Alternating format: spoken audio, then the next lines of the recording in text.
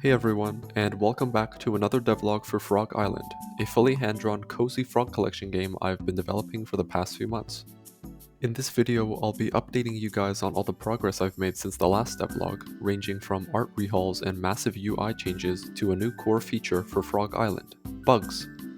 Before we get started, if you guys are interested in supporting and staying up to date with the game, check out the Frog Island Steam page. I'll be continuously updating the page with more information as more progress and devlogs are uploaded, so feel free to give the game a wishlist if you're interested and want to grab the game when it's released. So, here is the new and improved Frog Island.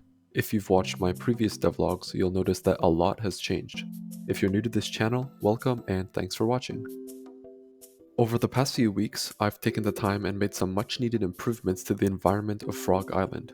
I've always thought that the foliage on the island looked a bit too flat, so I completely redrew all the trees, bushes, and shrubs to make them fluffier and rounder to fit with the isometric design. I've also added some more types of foliage, such as tall and stubby grass, twigs, pebbles, and colorful flowers, to make the island feel less empty and give it that overgrown natural look. Another feature you might have noticed is that the button to toggle tools in the lower left corner has been removed and replaced with a new toolbar selection located in the lower center of the screen.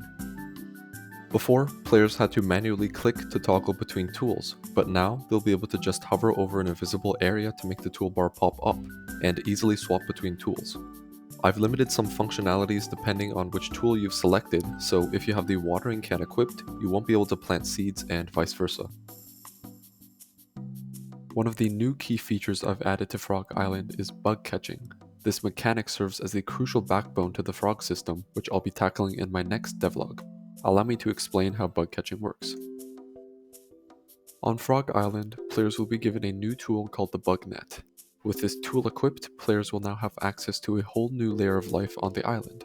By clicking and interacting with the numerous different bug species that inhabit the island, players can attempt to catch and collect them. These newly caught bugs will play an important role in the game, so make sure to stick around till the end when I explain their uses and how they tie into the gameplay of Frog Island. So, how will players keep track of what bugs they can catch? Well, I'm glad you asked. The Frog Compendium, which previously only stored frog information and a photo album, now has a third section specifically for bugs. In this new section, which works similarly to the frog section, players can view all the required information for each and every bug, including their active hours, active seasons, and what environments they can be found in, such as in the air, in water, hiding in foliage, or on the ground. Now that I've explained how all the bug catching works, let me show you guys all the bugs I've designed so far. At the moment, I've fully designed 7 tiny bugs, but I plan on adding at least 20 or 30 in the final version of the game.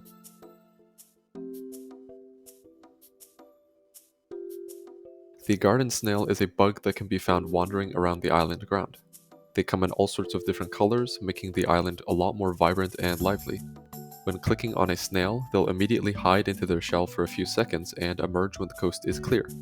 Players can catch the snail by clicking a second time while they're hidden.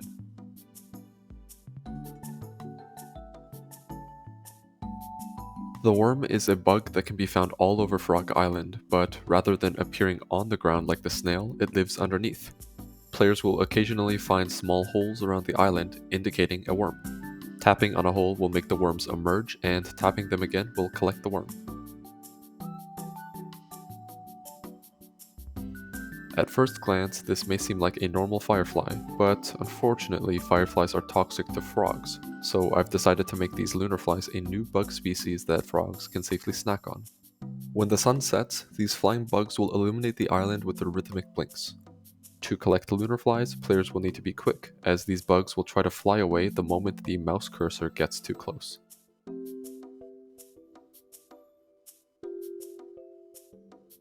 The Dragonfly is another bug that can be found in the air and zooms around the island with its nimble wings. This bug is currently the only one with more than 2 directions, as the other bugs only flip their sprite left and right, whereas the Dragonfly sprite will flip in 4 isometric directions. Finally, the bee and honeybee are flying bugs that can be spotted hanging around your farm or near flowers around the island. I'm planning on adding a feature that lets bees pollinate your farm and reduce crop time, so players might want to think twice before catching these fuzzy bugs. Unfortunately, I haven't designed the Grasshopper just yet, but I plan on having them hide and jump out when players cut or scythe down grass and shrubs. Finally, to give these newly caught bugs a use, I've created the bug jar system, a way for players to craft different tiers of bug jars that can be used to attract various types of frogs. I've got to give credit where it's due, and like many other aspects of the game, the bug jar system is inspired by the cat food system from the glorious masterpiece Neko Atsume. In Neko, players are given the option to buy different tiers of cat food to attract cats. This can range from the low-level frisky bits to attract common cats, or the large boats of sashimi to attract rare cats with more refined tastes. On Frog Island, instead of buying pre-made items with coins, players can create bug jars themselves with bugs they've caught.